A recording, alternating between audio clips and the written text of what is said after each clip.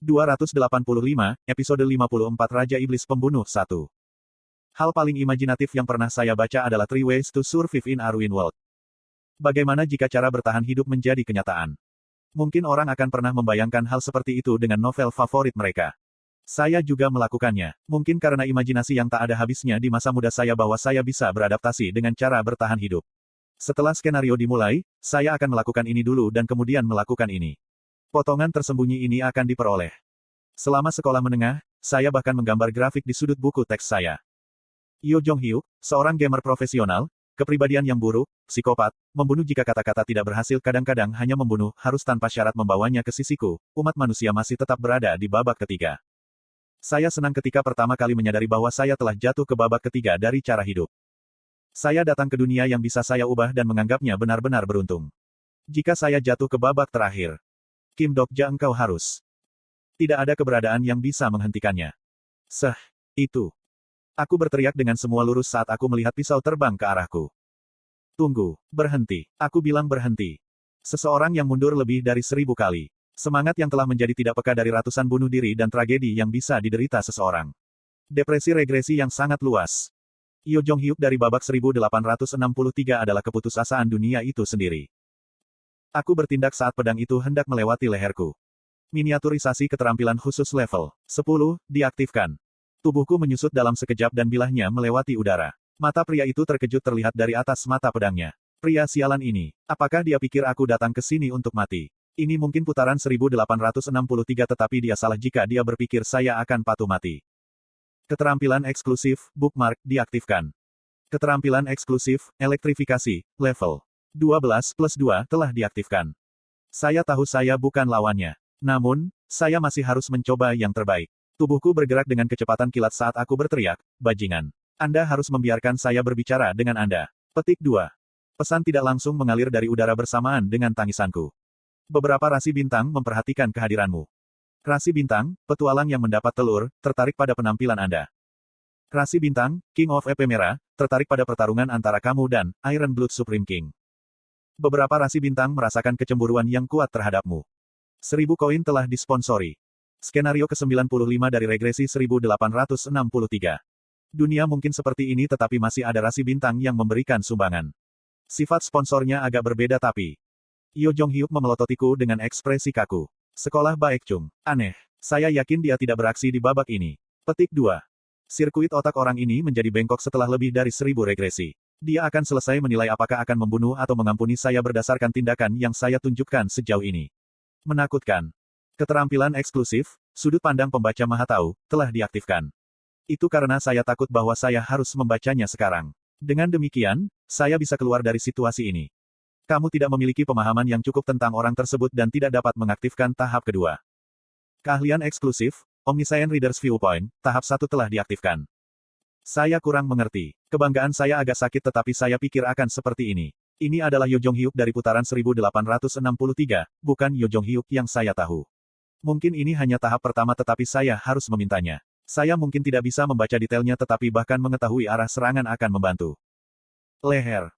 Saat pikiran Yo Jong-hyuk ditransmisikan, aku mundur dengan sekuat tenaga. Bahkan orang ini tidak akan bisa dengan mudah menangkapku. Itu karena saya sekarang menggunakan Way of the Wind dan Electrification. Petik 2. Keok. Saya tidak tahu apakah saya telah membalikkan tubuh saya terlebih dahulu atau bayangan gelap telah bergerak di depan saya terlebih dahulu. Napas saya terhalang dan pandangan saya menjadi gelap. Itu adalah pesta kekuatan sihir yang sepertinya melukai seluruh tubuhku. Saya terbang di udara seperti ikan tersengat listrik. Sejumlah besar kekuatan sihir mengguncang tubuh saya. Beberapa rasi bintang menertawakanmu. Wajah Yo Jong-hyuk yang terlihat di depanku. Tangannya meremukkan tubuhku. Leher saya sakit seperti patah karena dipegang di antara ibu jari dan jari telunjuk. Saya tidak bisa mempercayainya. Ini mungkin Yo Jong-hyuk dari regresi terakhir tetapi bagaimana dia bisa menangkap saya dengan mudah ketika saya menggunakan elektrifikasi. Aku akan bertanya padamu untuk terakhir kalinya. Saya menyadari saat saya mendengar suaranya yang dingin dan apatis. Bodoh rasanya berpikir aku bisa menghindarinya dengan mengetahui arah sebelumnya. Orang di depan saya bukan Yo Jong-hyuk muda dari babak ketiga. Di mana pedang naga itu, Arondit? Bagaimana saya bisa berbicara ketika dia memegang leher saya? Saya melihat tubuh inkarnasi Lancelot di sini sehingga Anda pasti harus tahu. Rasi bintang yang baru saja meninggal adalah Lancelot. Kotoran. Jika kamu tidak menjawab, aku akan mengeluarkannya darimu. Mata Yo Jong-hyuk bersinar dengan cahaya kemasan. Faktanya, yayasan Yo Jong-hyuk tetap tidak berubah, apakah itu regresi ketiga atau 1863. Karakter, Yo Jong-hyuk, telah menggunakan Sage Ice Level. Tanda tanya. Setelah lebih dari 1000 regresi, mata Sage-nya telah mencapai tingkat yang tangguh. Mungkin kehadiran yang tidak terlihat sekarang di mata Yo Jong-hyuk adalah dewa luar yang telah hidup lama. Keahlian eksklusif dinding keempat telah memblokir mata Sage. Keahlian eksklusif, dinding keempat, sangat diaktifkan. Saat mata Sage Yo Jong-hyuk fokus pada tubuhku, dinding bergerak. Dinding keempat berdiri kokoh di depan tatapan gigih yang tidak ingin ketinggalan satu pun informasi. Ada percikan yang lebih kuat daripada ketika saya bertemu dengan tembok unidentified. Tidak buruk. Kali ini, dinding keempat tampak tangguh. Pada titik ini, saya tidak tahu apakah dinding keempat atau Yo Jong-hyuk adalah yang terbaik. Dinding keempat tidak mundur dan Yo Jong-hyuk tidak menyerah. Itu aku yang digoreng di antara mereka. Sangat menyakitkan sehingga saya tidak bisa berteriak, bahkan dengan suara saya yang sebenarnya. Kuek.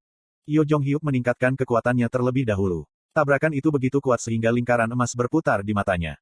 Karakter, Yo Jong-hyuk, merasakan semangat kompetitif. Karakter, Yo Jong-hyuk, menunjukkan permusuhan besar terhadap Anda. Ini adalah penghalang yang tidak bisa ditembus bahkan dengan mata Sage. Sekali lagi, saya menyadari betapa hebatnya keterampilan dinding keempat. Kemudian sesuatu yang aneh terjadi. Dinding keempat mampu mencegah mata Sage dan mulai mengalir seperti air di tangan Yo Jong-hyuk. Huruf yang diketik menutupi tubuhnya seperti serangga dan untuk pertama kalinya, Yo Jong-hyuk terdengar bingung. Apa? Huruf yang menggeliat menjadi kenangan yang mengalir seperti panorama. Itu adalah ingatan saya tentang babak ketiga yang direkam di dinding keempat. Lepaskan tanganmu dan tersesat, brengsek. Petik 2. Mungkin tidak. Bagaimanapun, saya berharap tentang situasi ini. Petik 2. Petik 2. Apa yang begitu berharap tentang itu? Jong-hyuk, kita bisa menyelamatkan dunia. Apakah kamu tidak tahu? Petik 2. Nama nebula kami adalah perusahaan Kim Dokja.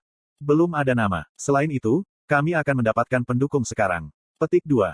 Yo Jong-hyuk tidak bisa memahami kenangan di depannya. Mereka semua adalah hal-hal yang tidak ada di babak ini. Percikan yang hampir membutakanku mereda dan ekspresi Yo Jong-hyuk menjadi lebih jelas. Apakah kamu? Putaran 1843, membuat ekspresi heran. Aku mendengar suara dinding keempat di kepalaku, seolah mengira babak ini menarik. Saya lakukan kita akan Kim Dokja. Apakah itu berhasil? Katakan padaku, apa ini? Saya akan memisahkan Anda jika Anda tidak mengatakannya. Petik 2. Apa yang dilakukannya dengan baik? Kotoran. Kuek. Tidak, tunggu. Saya perlu waktu untuk menjawab. Saya meledak energi biru putih saat saya ditahan di tangan Yo Jong-hyuk. Saya berjuang untuk melarikan diri darinya. Ini mungkin tidak cukup tetapi saya setidaknya akan mengulur waktu sampai saya dapat meminjam kekuatan, cerita raksasa. Kemudian sesuatu yang tak terduga terjadi.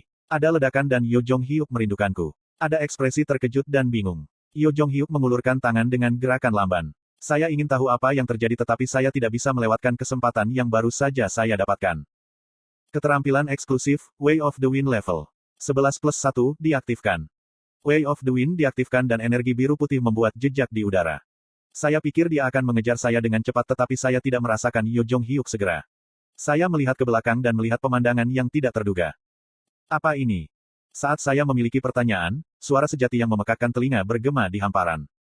Yo Jong-hyuk, aku akan membayar dendam penghematan tak terukur. Mata merah dan biru melotot dari atap gedung di dekatnya. Dua macan tutul hitam dengan bangunan ramping memancarkan energi yang kuat ketika mereka jatuh ke arah Yo Jong-hyuk. Raja Iblis, Iblis kemudahan dan kekejaman, menunjukkan permusuhan terhadap inkarnasi, Yo Jong-hyuk. Raja Iblis, mata yang melihat yang terlarang, menunjukkan giginya pada inkarnasi, Yo Jong-hyuk.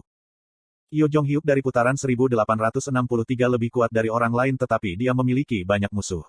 Berkat ini, saya dapat mengidentifikasi kedua macan tutul tanpa banyak kesulitan. Iblis kemudahan dan kekejaman, OC. Mata yang melihat terlarang, Flauros. Mereka adalah Raja Iblis ke-57 dan 64 dari dunia Iblis. Raja Iblis yang sombong melupakan rasa malu mereka dan melepaskan serangan menjepit ke arah inkarnasi. Namun, itu tidak memalukan. Raja Iblis pembunuh, kisah Anda akan berakhir di sini. Saat ini, Yo Jong-hyuk adalah keberadaan yang penuh nilai. Saya mengubur diri saya di reruntuhan karena ada raungan yang memekakkan telinga. Lalu aku dengan cermat memperhatikan situasinya. Itu adalah bentrokan yang tidak mampu saya lakukan dan saya pikir saya harus pindah, tetapi saya memiliki keinginan untuk menonton pertarungan lebih lama. Itu bukan pertarungan lain tapi pertarungan babak 1863 Yo Jong-hyuk. Itu tidak mudah dilihat. Telingaku serasa meledak dan pertempuran pun dimulai. Banyak rasi bintang yang antusias tentang pertempuran inkarnasi, Yo Jong-hyuk. Pesan tidak langsung mengalir saat Yo Jong-hyuk menarik pedangnya. Itu adalah Heaven Shaking Sword yang sudah rusak di babak ketiga. Pisau itu telah melalui sejumlah skenario dan telah ditingkatkan ke tingkat yang sama sekali baru, bersinar terang dalam kegelapan. Raja Iblis yang menghadapnya juga mengungkapkan kekuatan mereka. Makhluk, bangkit dari kematian. Earl dan Adipati yang mati dari dunia iblis menjadi mayat hidup dan muncul dari tanah. Mereka memegang benda-benda elit yang melestarikan kekuatan tempur hidup mereka. Namun, Yo Jong-hyuk sama sekali tidak panik. Memanggil orang mati. Iblis prinsip juga menggunakannya. Petik 2. Yo Jong-hyuk tersenyum.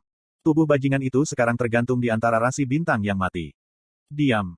Lampu menyala dan pedang Yo Jong-hyuk bergerak. Apa yang harus saya sebut ilmu pedang ini? Melanggar Sky Swordsmanship. Saya tidak tahu. Hal yang pasti adalah bahwa itu adalah ilmu pedang yang luar biasa indah.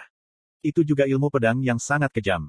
Para bangsawan dari dunia iblis dipotong oleh pedang dan berteriak saat mereka berubah menjadi abu. Mereka adipati tingkat tinggi yang sebanding dengan rasi bintang tingkat tinggi. Makhluk seperti itu meledak dengan beberapa ayunan pedang. Dalam waktu kurang dari 1 menit, Yo Jong-hyuk membunuh puluhan bangsawan mayat hidup dan mencapai hidung Flauros. Bagaimana? Seperti mainan, kepala Raja Iblis Flauros meledak. Tidak ada emosi di matanya. Ada satu pukulan dengan senyum manis. Yo Jong-hyuk membunuh Raja Iblis. Ini, bajingan gila ini. Raja Iblis Ose berteriak dengan marah. Rasi bintang, kenapa kamu ragu-ragu? Saat panggilan itu terdengar, rasi bintang yang bersembunyi di reruntuhan keluar. Kebanyakan dari mereka adalah rasi bintang dari sistem kejahatan absolut. Mereka berkisar dari kelas yang hebat hingga kelas naratif. Setiap rasi bintang bergegas untuk menyingkirkan satu inkarnasi, Yo Jong-hyuk. Karakter, Yo Jong-hyuk, berbicara tentang kisah, kerusakan abadi. Namun, Yo Jong-hyuk tidak didorong sama sekali. Aura berdarah meluap dari tubuhnya dan bertabrakan dengan rasi bintang. Itu adalah kekuatan yang menakutkan dan kuat tetapi pukulannya tenang dan penuh moderasi. Setiap kali pedang Yo Jong-hyuk bergerak, jajaran rasi bintang bergetar tanpa daya. Rasi bintang sistem absolut yang baik membenci inkarnasi, Yo Jong-hyuk. Tubuh inkarnasi rasi bintang meledak satu per satu. Rasi bintang tinggi bisa terlihat sangat buruk. Tidak ada tanda-tanda ketidaksabaran saat Yo Jong-hyuk melanjutkan pertempuran. Karakter, Yo Jong-hyuk, sedang berbicara tentang kisah raksasa, Lonely Pilgrim of Destruction. Yo Jong-hyuk hanya menggunakan lengan kirinya untuk menghancurkan rasi bintang. Setiap kali rasi bintang jatuh, lengan saya bergetar. Rasi bintang dari sistem kejahatan absolut dikejutkan oleh kemampuan bertarung inkarnasi, Yo Jong-hyuk. Kebencian menjadi kejutan. Beberapa rasi bintang dari sistem kejahatan absolut takut akan inkarnasi, Yo Jong-hyuk. Shock menjadi ketakutan. Banyak rasi bintang yang gemetar karena kekuatan inkarnasi, Yo Jong-hyuk. Itu mendebarkan. Pria gila. Dia pria yang benar-benar gila. Tidak peduli bagaimana aku memikirkannya, tidak ada cara untuk menjatuhkan Yo Jong-hyuk saat ini. Aku tidak tahu skenario apa yang diberikan Secret Plotter kepadaku, tetapi aku tidak boleh menjadi musuh dengan lelaki ini sampai semuanya berakhir. Kemudian sebuah pesan terdengar. Sub-skenario yang ditugaskan oleh Secretive Plotter telah tiba. TL, Rainbow Turtle.